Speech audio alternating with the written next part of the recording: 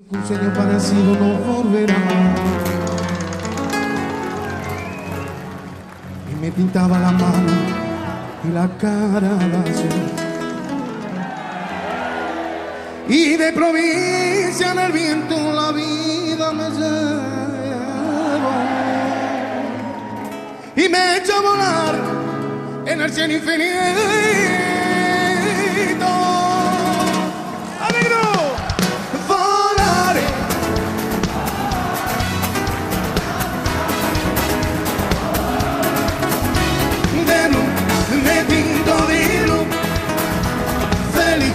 Di stare lassù y volando, volando, volando me hizo me encuentro más alto que el sol y me ataca en el mundo hace lento del paso de mí una música dulce tocada solo para mí. ¡Dale!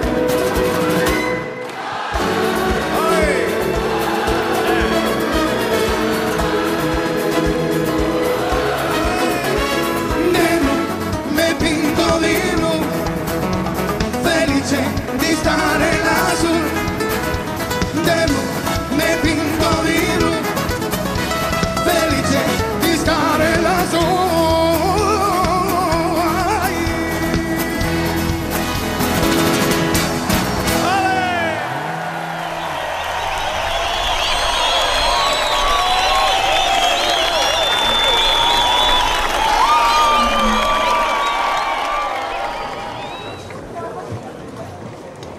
Moi, je suis pas né au Maroc. Mon père était de Oujda, du Maroc. Ma mère était d'Algérie. Mais du Maroc, ce que j'ai gardé, moi, c'est des vacances quand j'étais petit. C'est toute une partie de la famille. Et puis, c'est surtout là qu'a démarré l'histoire, quand même. Et le Maroc, je crois que toute l'histoire Gypsy King et tout ce qui a découlé derrière, ça n'aurait jamais existé. Et quelle religion vous pratiquiez à la maison? Musulman. Notre religion, elle est musulmane. Bon, moi, mes parents, ils ont tout le temps fait la prière, ils ont été à la Mecque, évidemment. La première fois que j'ai travaillé, la première paye que j'ai eue, je leur ai offert un voyage à la Mecque. Parce que c'était leur rêve. Mais bon, malheureusement, mon père avait un travail qui était déjà compliqué pour nous nourrir à tous, parce qu'on était quand même 7 dans la famille. Et c'était une chose que je m'étais promis de faire, et je l'ai fait avec grand bonheur. Tu avais quel âge à ce moment-là? J'avais 17 ans. La première paye? Ah, la première paye qui était un peu consistante quand même. Hein. Mais c'est la plus belle chose qu'on ait pu partager ensemble. Alors ici, c'est là où a vécu le petit Djaloul, parce que ton vrai nom c'est... C'est Djaloul, bien sûr. Et c'est d'ici qu'on a commencé à m'appeler Chico, parce qu'ici il y avait plein de copains espagnols. Enfin, j'étais toujours avec des grands qui étaient des Espagnols ou des Gitans. Et c'est pas qu'ils m'appelaient, c'est qu'ils disaient il est où le Chico? Parce que moi j'étais le plus petit chez les grands. Et en espagnol ça veut dire le petit garçon. Et le Chico il est où? Et le Chico il est où? Et du coup le Chico ça m'est resté. Mais c'était peut-être prédestiné. Je suis sûr même. Alors ici on est devant le numéro 5. Voilà, c'est là que j'ai grandi, c'est là qu'habitaient mes parents. Et c'est pour moi un moment très important dans ma vie, quoi, évidemment. Est-ce que vous vous souvenez le moment où le petit Djaloul est devenu Chico? Oui, je crois par une chose extraordinaire, c'est par l'école.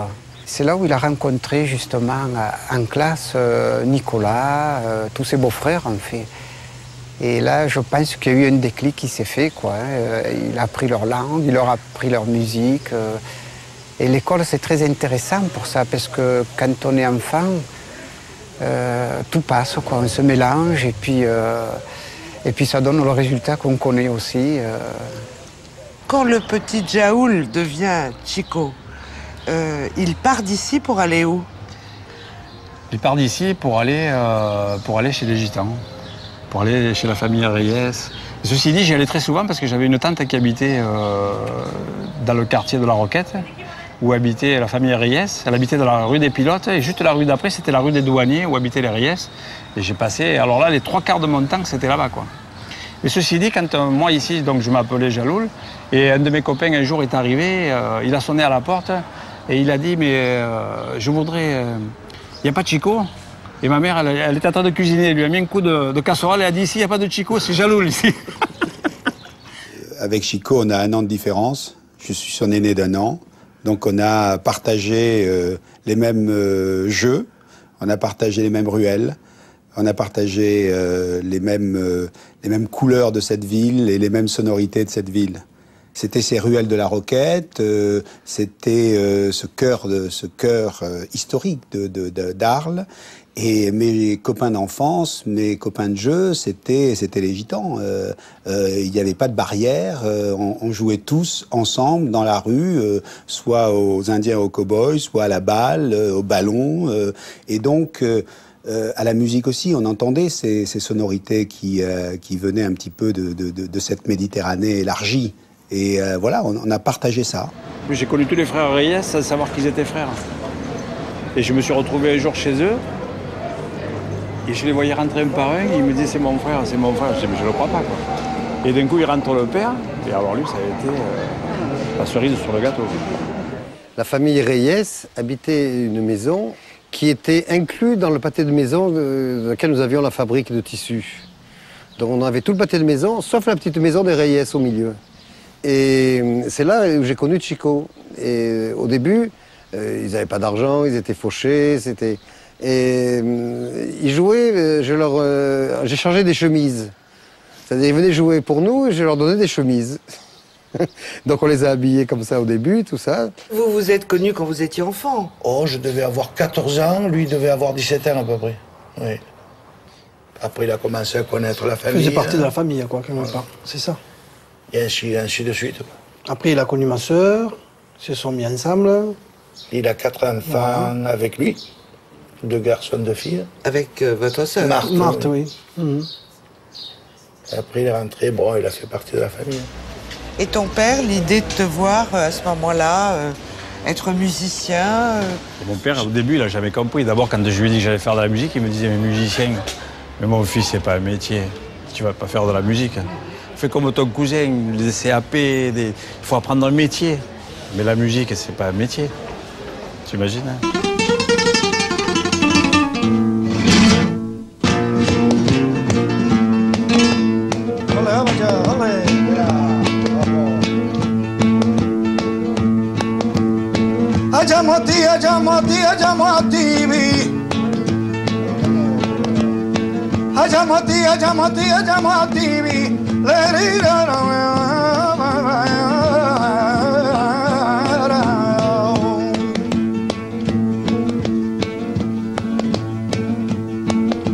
¿Qué razón tenía yo?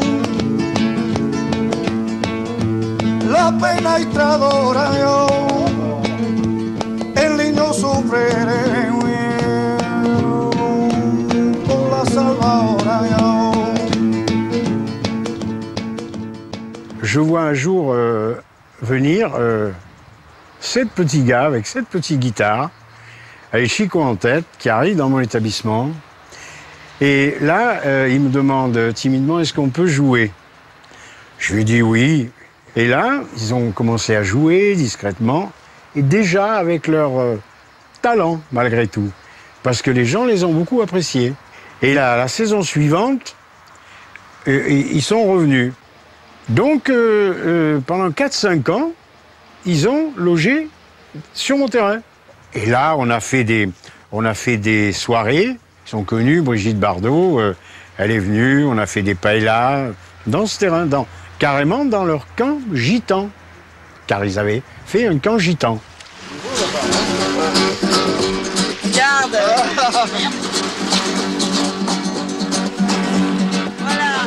Ah, je les ai trouvés formidables. Je les ai plus lâchés d'une semelle. J'ai essayé de jouer de la guitare avec eux, j'essayais de danser avec eux. On ne peut pas s'empêcher ni de danser, ni de chanter, ni de taper dans les mains. Ils ont une espèce d'entrain, de vie, de vitalité, de force dans leur façon de jouer. Chico était le patron, c'est lui qui les a fait, qui a fait le groupe.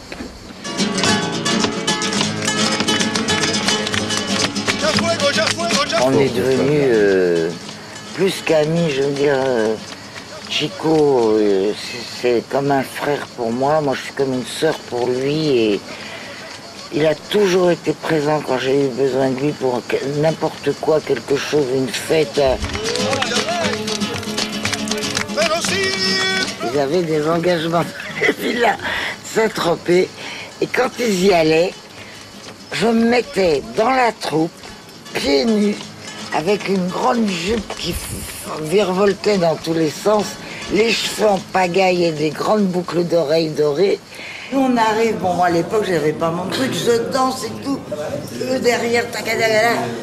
On sont au feu, une ambiance du feu de Dieu. Et les gens disent, dis donc, la danseuse, elle ressemble à Brigitte Bardot. C'est ça, on le dit, ça.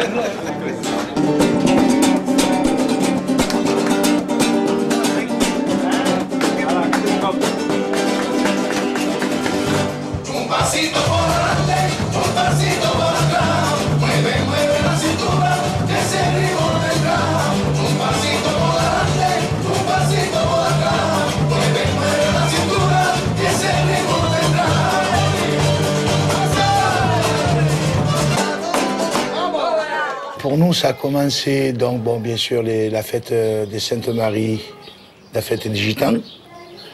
Puis ensuite, on faisait beaucoup Saint-Tropez l'été, donc sur les plages. Puis on a commencé à connaître des amis comme Brigitte Bardot, comme Enrico Macias, comme Eddie Barclay, tant d'autres. Et Chico était toujours là pour rappeler, pour dire c'était l'organisateur, c'est-à-dire c'était la tête pensante. Et dès le départ, on a vu quand même son talent de garder la tête froide et de savoir exactement où on doit aller. Chico, il a été important aussi dans le groupe avec vous, non? Ben moi, je tiens à dire qu'il a été important en tant que porte-parole du groupe. Alors quand je dis porte-parole du groupe, c'était lui qui négociait, c'était lui qui trouvait qui prenait les soirées. Et donc, il parlait un peu l'anglais, on va dire. Hein. Donc, il parlait un petit peu l'anglais. Et donc, on a toujours... nos débuts, bon, ça a été avec lui, c'est vrai. Son premier concert, il avait donné à Paris, en compagnie de Manita de Plata et du papa de Nicolas, José Reyes. Et nous, à midi, bon, on regardait les actualités, quoi. Et d'un coup, qu'est-ce qu'on voit? On voit Manita et à côté, on voit Chico. Alors là, moi, ce qui m'a surpris, c'est que mes parents le regardaient, mais sans plus, quoi. Que pour nous, c'était une fête. On avait des parents très simples. Je crois qu'ils ne devaient pas réaliser la portée de ce que c'était, quoi. Quel est le premier souvenir que tu as de Manitas de Plata dans ta mémoire? Dans ma mémoire, je vois un guitariste à la télé qui est... je le vois un peu comme une icône.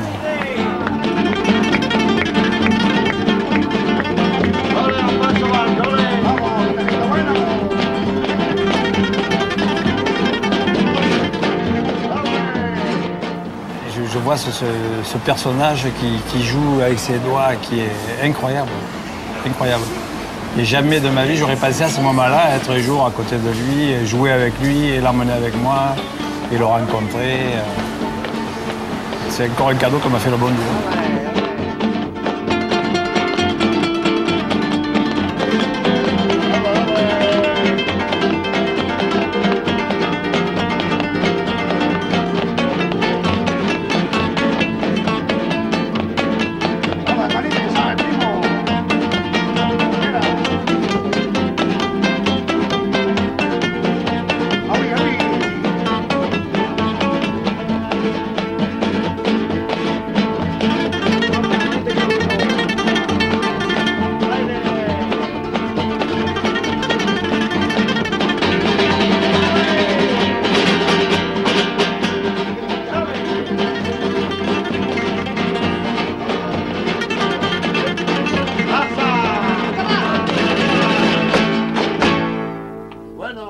Comment avez-vous rencontré Chico?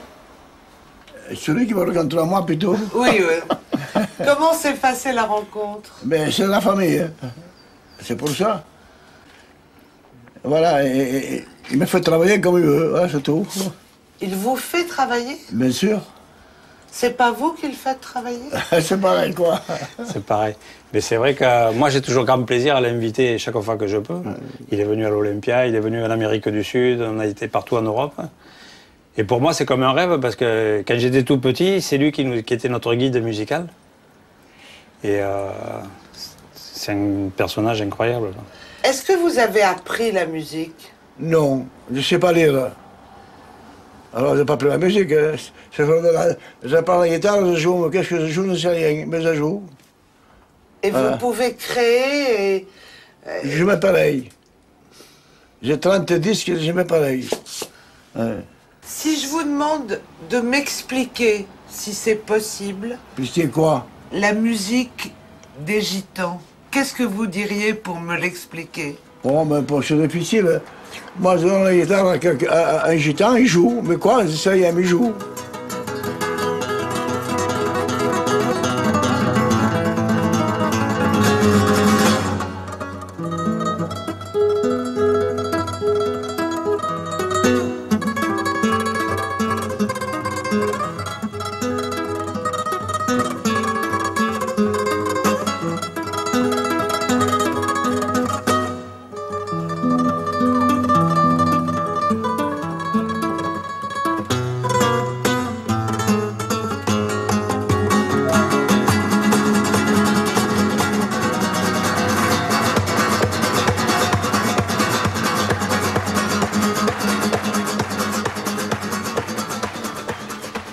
Quel est ton premier souvenir de Chico?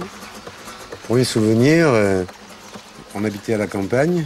Il est arrivé avec les cassettes de l'époque. Et il y avait dessus quelques petits morceaux qui s'appelaient Joby Joba, qui s'appelaient Bamboleo.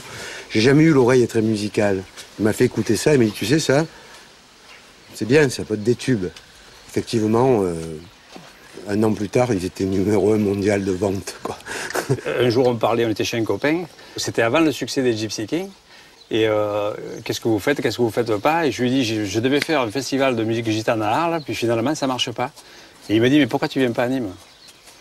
Je lui ai dit, tu penses? Il m'a présenté à l'époque Jean Bousquet, qui était le maire de Nîmes. Du coup, ça a fait démarrer une aventure extraordinaire qui a duré pendant 20 ans. J'ai fait ce festival à Nîmes, dans les arènes et dans la ville. Et ensuite, je l'ai ramené en Arles. Mais pour moi, c'était très important parce que on était vraiment... Moi, j'étais que Chico d'un groupe de musiciens gitans, quoi. Donc c'était... Puis à l'époque, bon, il y avait lui, il y avait aussi Jack Lang qui m'a fait une grande confiance. Et puis, c'est des moments que j'ai jamais oubliés, ça, parce que c'est à ces moments-là qu'il y a des choses qui se déclenchent. Il y a des chemins qu'on prend qu'on n'aurait pas pris si on ne s'était pas rencontrés.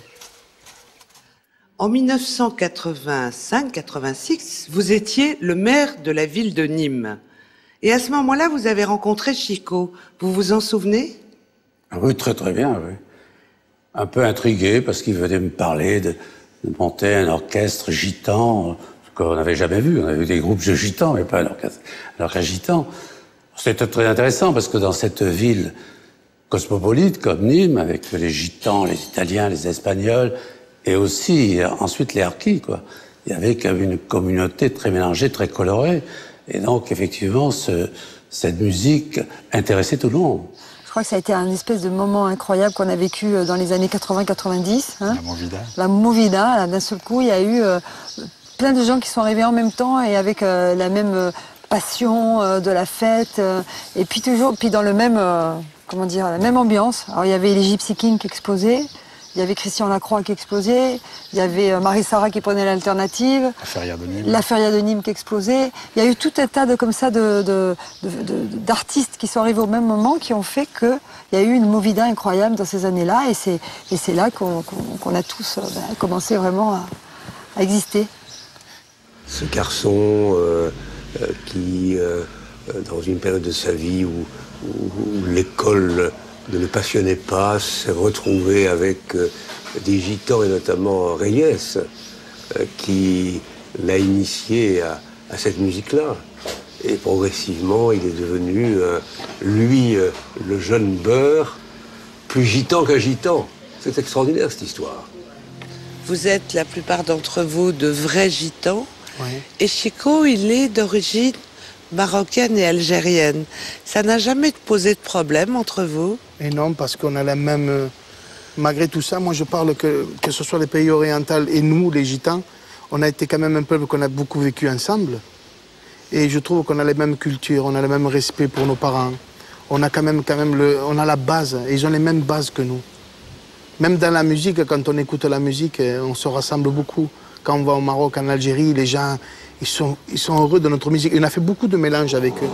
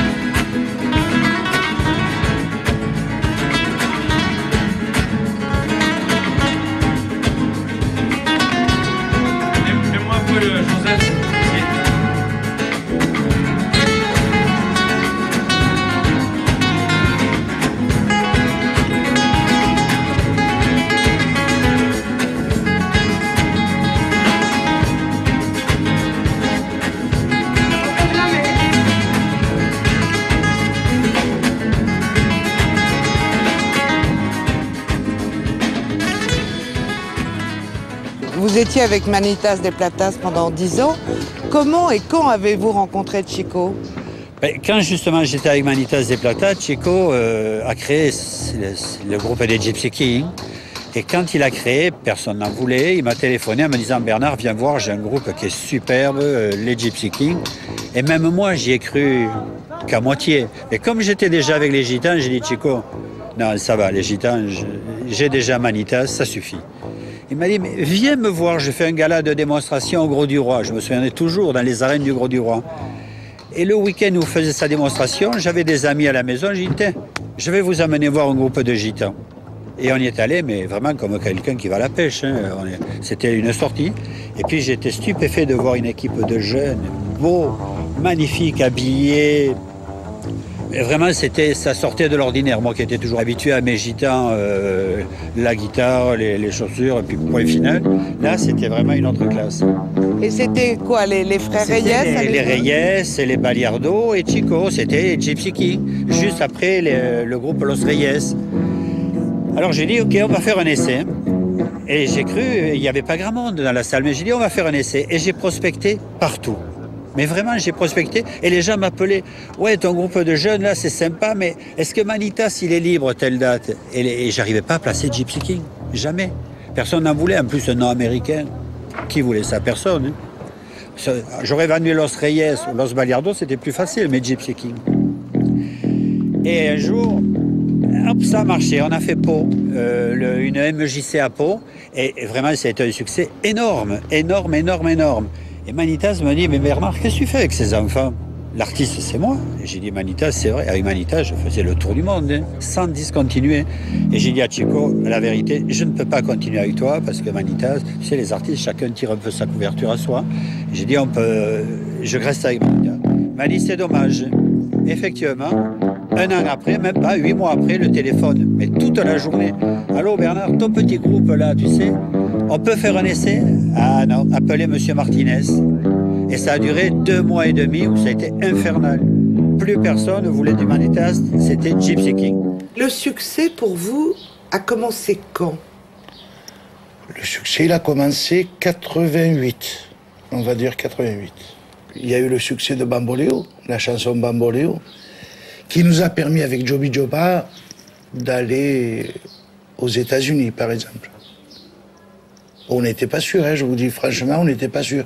Je dis, qu'est-ce qu'on va faire là-bas aux États-Unis? On ne sait pas parler l'anglais. Et puis, ça a très bien marché.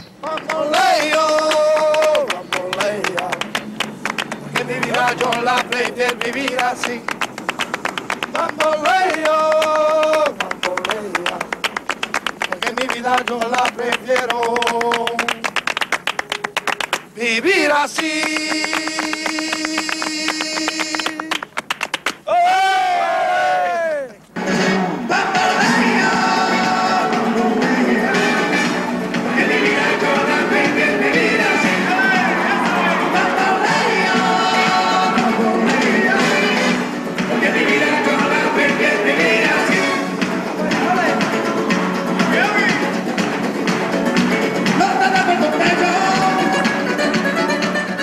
Et donc, quand le succès est arrivé, quand les émissions de télévision se sont succédées et surtout les ventes de disques ont explosé, Chico, qui avait le sentiment de la réalité du phénomène, au lieu de demander une augmentation aux producteurs, a demandé ce qui a été un crime de lèse, non pas majesté, mais lèse producteur, des comptes. Et lorsque vous demandez des comptes à un producteur, vous signez peut-être votre arrêt de mort.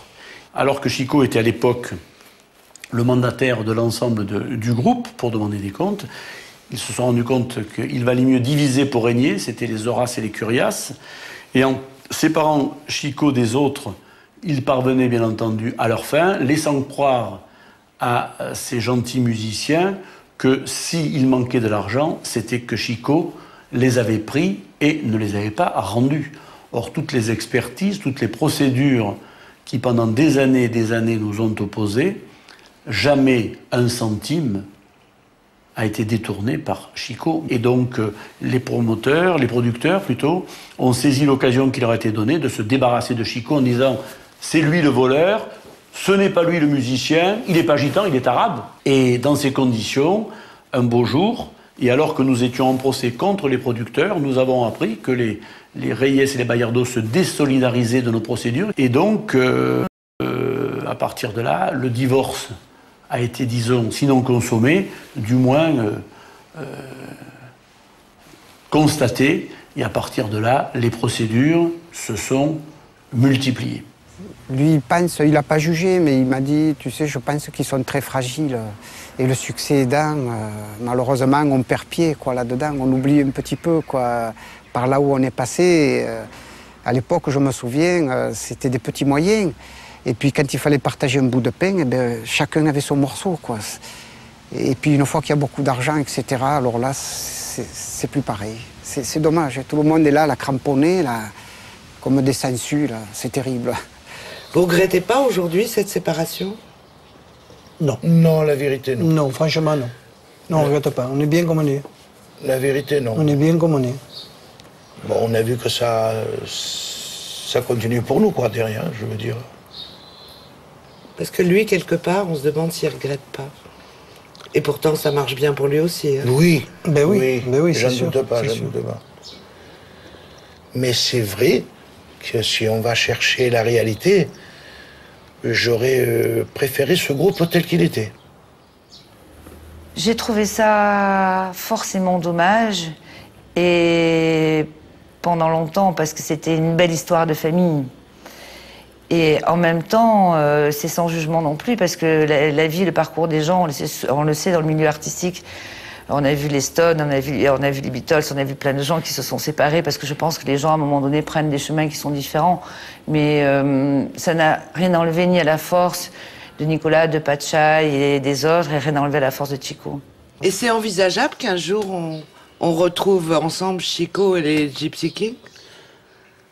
Ça peut arriver. Ça peut peut-être arriver, mais pour moi, personnellement, je pense pas. Je pense pas, parce que il y a eu une cassure entre nous et on ne pourra plus ressouder ça.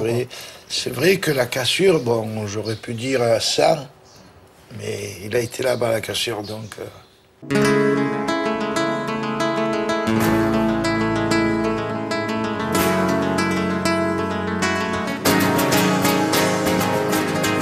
Et je me rappelle quand Chico, pendant sa traversée du désert, on promenait dans cette c'était quoi, une décharge d'abandon où il a créé le patio.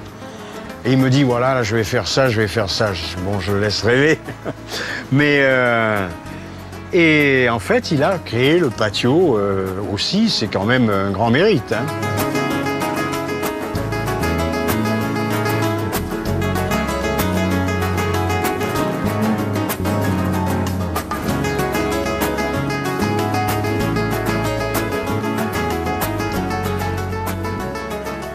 D'une friche industrielle, j'en ai fait un lieu de vie, un lieu de fête et un lieu de rencontre extraordinaire. Et aujourd'hui, ça va au-delà de ce que j'espérais parce que c'est que du bonheur. Les gens qui viennent me voir après avoir passé une soirée ici me disent « Merci pour le bonheur que vous nous donnez ». Voilà ma récompense. La première fois que j'ai rencontré Chico, ça a vraiment été un coup de foudre. Et j'ai pu vérifier au fur et à mesure des rencontres, des spectacles, que ma première intuition avait été la bonne. C'est quelqu'un qui répand partout autour de lui beaucoup de douceur. On voit bien, c'est quelqu'un de généreux. Bon, c'est évidemment un combattant, il connaît la bataille, mais en même temps, il y a une espèce de grand esprit d'ouverture, et il y a un climat très particulier. D'ailleurs, il y a un climat très particulier quand on arrive ici, c'est-à-dire c'est vraiment le brassage, voilà, et il est là comme ça, avec son œil bienveillant. Voilà, moi je dirais, Chico c'est ça, c'est beaucoup de bienveillance.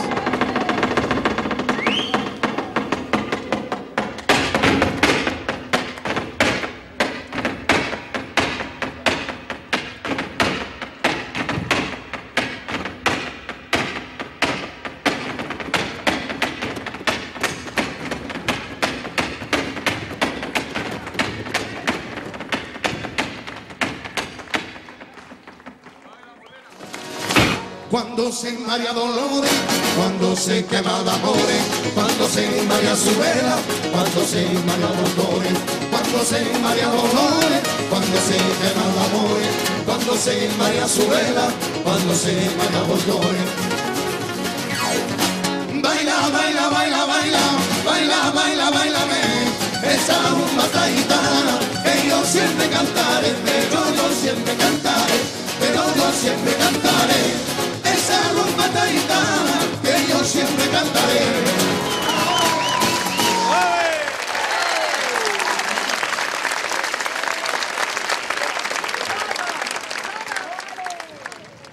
Moi, j'ai vécu longtemps dans une caravane. Donc, à un moment donné, j'ai arrêté, mais je les ai gardés dans ma tête, dans mon cœur et au patio. Donc, elle continue de vivre. Tu as vécu à quelle époque de ta vie dans une roulotte ou une caravane? Avant le succès de Gypsy King et pendant le succès de Gypsy King, je suis resté, je sais pas, une dizaine, 10 ou 15 ans.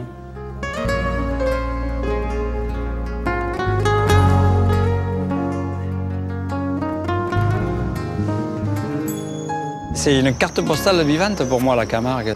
On dit que c'est encore un des coins d'Europe où il y a une espèce de liberté quand on voit les oiseaux, quand on voit les taureaux, les chevaux, les manadiers qui sont autour de tout ça. Et puis surtout l'amour qu'ils ont de leur région. C'est extraordinaire.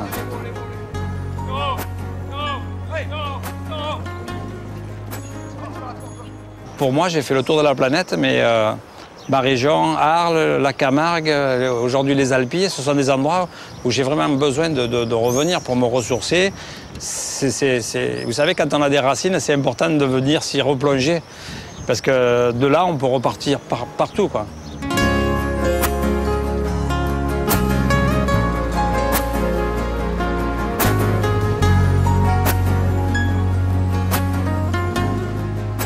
Ici, je ressens une grande émotion, c'est un grand symbole. L'église de Sainte-Marie-de-la-Mer, c'est là où on s'est retrouvés toutes les années pour les pèlerinages, pour des baptêmes, pour des fêtes extraordinaires. Et ça a été un lieu de rencontre fabuleux. C'est un grand lieu de rassemblement religieux pour beaucoup de gitans. Pas tous, parce qu'ils adhèrent pas tous. Mais disons que c'est un rendez-vous une fois par an. Vraiment, les gitans viennent de partout d'Europe et se retrouvent ici, où qu'ils soient. Ils savent qu'ils vont se retrouver à cette vallée de la mer, pour le côté religieux évidemment, et pour le côté familial, c'est vraiment les retrouvailles.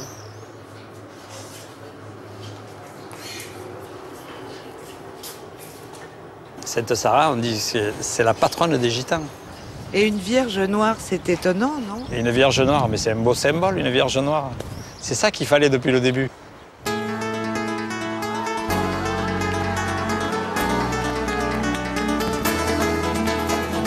Si on te demandait de dessiner ta région, qu'est-ce que tu dessinerais? Un cœur. Moi, je dessinerais un beau cœur, mais alors qui bat, qui vit, qui rayonne et qui donne du bonheur. On ne saurait pas où il est, ce cœur. Non, mais on y est dans le cœur, tu t'es pas aperçu encore?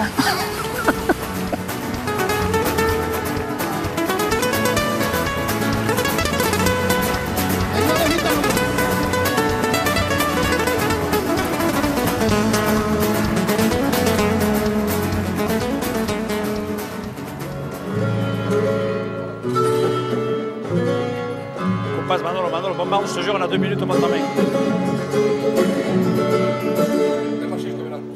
Manolo, il va tomber à l'orage. Vas-y, fais la voix, on n'aura rien. On va partir tous à courant.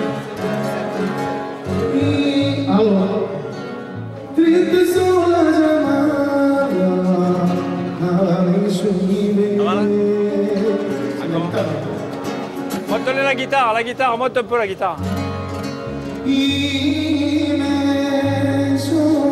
Joue Manolo, qu'est-ce que tu fais? Monte la guitare.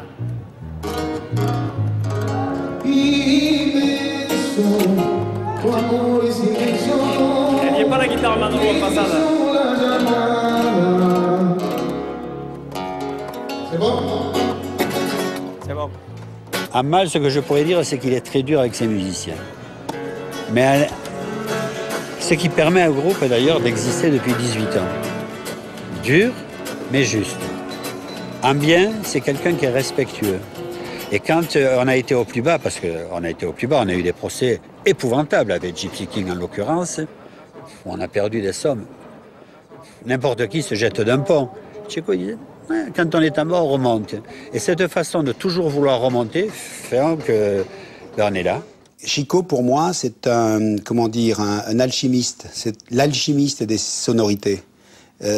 Pourquoi cet alchimiste? Parce que il a bien sûr comme tronc central cette musique arabo-andalouse, mais elle est mixée, elle est patinée de musique afro-cubaine, avec la rumba, des sonorités de rumba, latino. C'est tout ça qui fait qu'on a une sonorité extrêmement riche, extrêmement parfois douce, chatoyante. Et Chico est passé maître de cette alchimie-là, de ce métissage qui correspond bien à ce que l'on a dans le sud de la France, et qui a très bien repris aussi Christian Lacroix, mais d'une autre manière avec les tissus. Toute ma vie, on m'a dit, mais vous aimez quoi comme musique à part le flamenco, à part votre musique? Moi, j'ai toujours dit les Beatles, les Rolling Stones. Et un jour, il est venu Mick Jagger et il me dit, mais je vous aime. Et j'ai regardé derrière, j'ai dit, mais moi? Pour moi, c'était le dieu, quoi. J'adore, quoi. Et ça, on a réussi à charmer les charmeurs. Et ce qui démontre que c'est une aventure extraordinaire.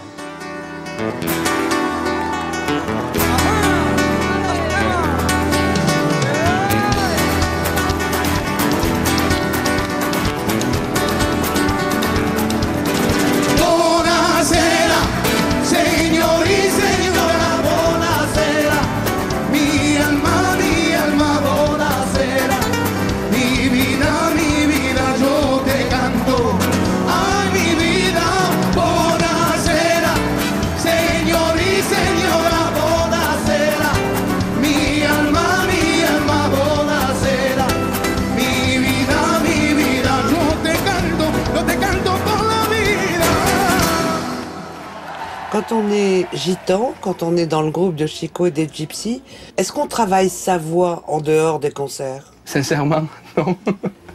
Non. Non, sincèrement, non. En fait, on ne travaille pas spécialement la voix. Nous, quand on chante, c'est spontané, ça sort tout seul. on travaille aucun truc, on fait quelques mises en place, on dit des breaks, des intonations de voix par-ci, par-là, mais bon, c'est rarement travaillé. La voix, de toute façon, que ce soit les personnes du groupe, ne travaillent la voix. Mais vous chantez tout le temps? Je crois, ouais. Je crois dans les avions, dans la chambre, on prend la guitare, on s'amuse. C'est notre vie, de toute façon. Moi, qui est gitan, on a quelque chose de les gitans, que même j'entends des gens qui chantent, s'ils ne sont pas gitans, au cri.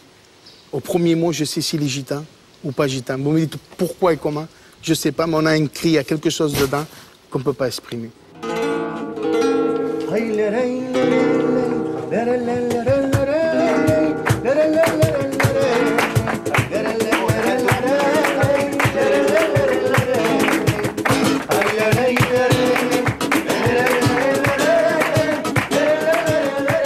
On est où, Chico, ici? On est chez des amis. Chez des amis à Marseille, dans le quartier de Saint-Henri. Voilà, c'est une grande famille de gitans, très sympathique.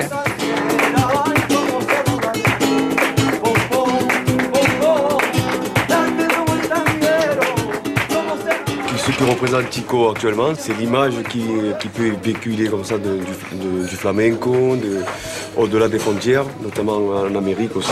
Ça a été les premiers ambassadeurs de la musique gitane à remporter pas mal de grands prix en Amérique, notamment le disque d'or. Premier disque d'or pour un groupe français en plus. Voilà. Donc c'est vrai que ça a ouvert pas mal de portes. C'est vrai que l'image actuelle ici en France du flamenco, c'est représenté par la musique gypsy.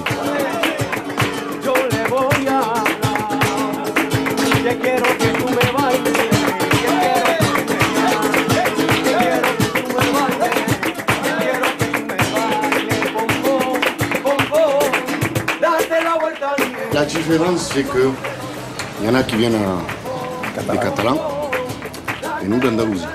Eux, en étant, c'est beaucoup de rumba, et nous, c'est le flamenco traditionnel.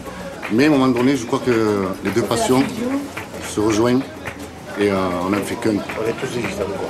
On est tous des gitans, quoi. Voilà.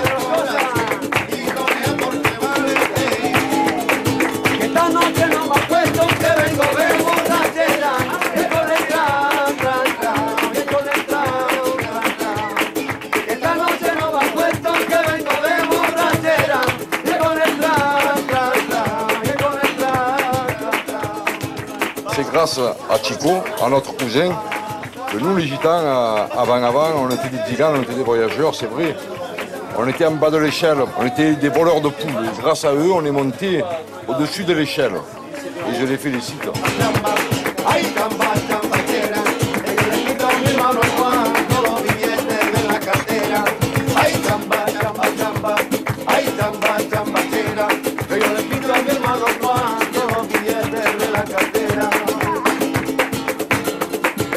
Cette musique, elle dit des choses. Cette musique, elle dit la tolérance, elle dit la douceur. Vous savez, par exemple, c'est frappant de constater il peut aller chanter dans des quartiers très difficiles, Chico, avec sa bande. Il n'y a jamais de problème. Pourquoi? Parce que c'est une musique qui adoucit les mœurs, qui nous rend heureux, et c'est une musique bienveillante.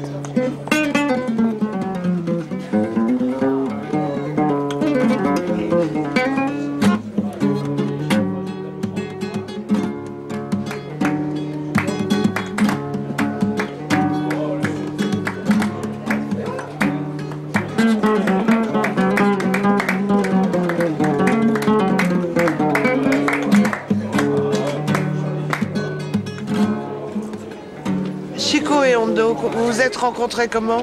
On s'est rencontrés, j'étais invité, comme je suis président d'association, qui s'appelle Contact. Donc j'ai été invité dans le cadre de la Garden Party, le 14 juillet, invité par le président. Donc je prends le TGV, direction Paris. Qui je vois? Chico, que j'ai reconnu en personne dans le TGV. Je me suis approché. J'ai dit bonjour, on s'est mis à discuter un peu. On a ri surtout. On a ri, on s'est retrouvés ensuite donc on est arrivé à l'Élysée là-bas, on est resté, on ne s'est pas quitté. Et pour moi j'ai dit ce que Barack Obama est au peuple américain, Chico pour moi, il représente ça, cet espoir. C'est-à-dire, en quelque sorte, c'est... Oui, mais à notre échelle, certes, à notre échelle, mais pour moi, voilà, c'est-à-dire c'est possible. J'étais heureux de voir son regard émerveillé, d'approcher le président de la République. À la Garden Party, il y avait tout le monde, quoi. Il y avait vraiment du beau monde. Quoique dans les quartiers de Marseille, il y a aussi du beau monde. Et vous, Sofiane, vous étiez aussi au Palais de l'Élysée? Non, nous, on était au Palais de Justice. Nous, on ne connaît pas le Palais de l'Élysée. Ouais, mais bon, c'est un rêve, ça. C'est pas tout le monde qui va l'Élysée. Nous, on connaît que le Palais de Justice. Hein. Et comme ils ont dit, il faut être émerveillé, rentrer à l'Élysée, ministre qui vous salue, tout ça et tout. C'est qu'une fois dans votre vie. Je pense que voilà, c'est comme ça. Et Chico, lui, c'est un gitan comme les Arabes et tout, on se côtoie souvent. Tout le monde peut réussir en fait. Hein. C'est pas ce qu'il faut, c'est que dans la vie, il faut en vouloir. Tu vois, ce qu'il y a de bien, c'est que tout le monde se retrouve dans ce que je fais ou dans ce que je suis. J'ai tout le temps dit que j'étais une mosaïque de culture et tout le monde en prend un peu, mais c'est merveilleux. Moi, je suis très touché d'être ici et de venir donner un concert pour le peuple palestinien parce que quelque part, c'est un vrai dialogue d'amour qu'on va leur dédier.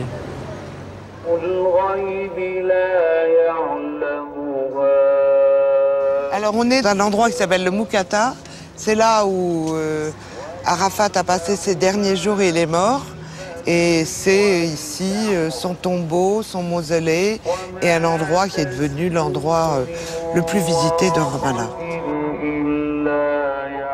Je viens en pèlerinage saluer Arafat et saluer le peuple palestinien.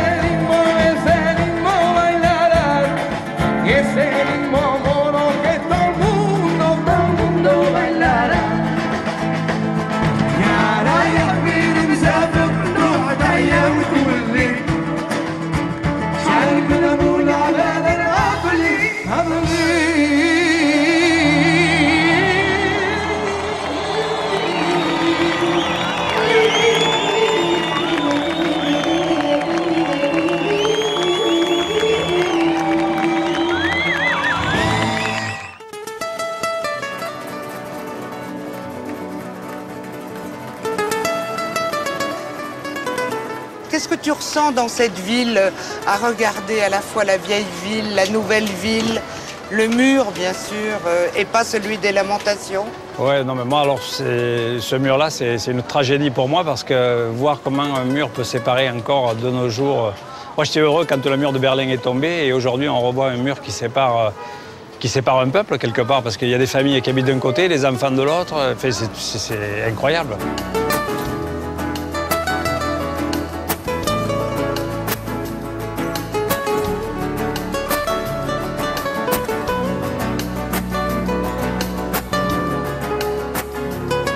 Entre hier en Palestine et aujourd'hui à Jérusalem, c'est les deux États qui représentent les personnes pour qui mon frère est mort quelque part et qui a été assassiné à Lillehammer en 73. Moi j'étais très jeune, j'avais pas 20 ans et ça a été un drame incroyable.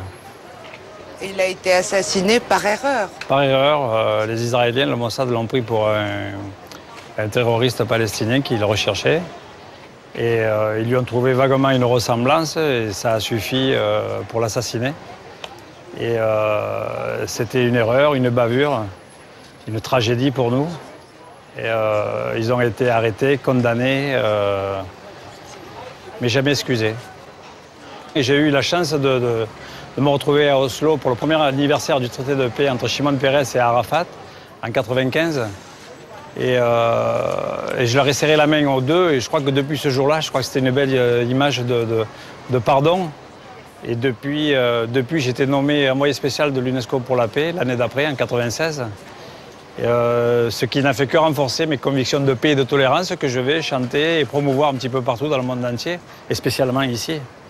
Dans le cadre de la tournée de concerts Mosaïque Gitane qu'il donnera pour promouvoir la paix, Chico Bouchiki est nommé envoyé spécial de l'Organisation des Nations Unies pour l'éducation, la science et la culture.